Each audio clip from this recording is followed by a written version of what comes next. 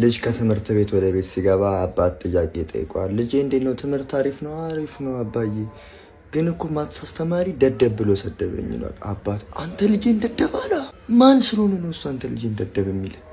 ነገ ጠዋት እንሄዳለን። በጠዋቱ ልጁን ይዞ አባትየው ዳይሬክተሩ ጋር ሄዳል። ልጄን እንዴት ደደብ ትሉብኛላችሁ? የፈለገ ነገር ቢሆን ሕፃን ልጅ እኮ እንዴት ልጄን ደደብ ትሉታላችሁ? ዳይሬክተሩ አረ ይረጋጉ፣ ቆይ አንዴ። ማሙሽ ማን ነው ደደብ ያለ? ማትስ ቲቸርን። ማትስ ቲቸርን ዳይሬክተሩ አስጠራው። መጣ። አባትየው ሊመተው ተነሳ። አረ ቆይ አንዴ ይረጋጉ፣ ቆይ ይሁን ልጠይቀው ነው አይዞት ምናምን። ቁጭ አለ ማትስ አስተማሪ። ዳይሬክተሩ አስተማሪውን እየጠየቀው ማሙሽን ደደብ ብለዋል እንዴ ቲቸር? አዎ ብየዋለሁ። ለምንድን ነው ደደብ ያልከው? አባትየው እንዴት ለምንድን ነው ልጅን ደደብ ያልከው? ቆይ ድድብናውን ላሳዩት መጀመሪያ አለና ማሙሽ እስኪ እናንተ ክፍል እንዳለውና እንደሌለው አይተና ይሏል። እሺ ብሎ ልጁም እየሮጠ ሄደ።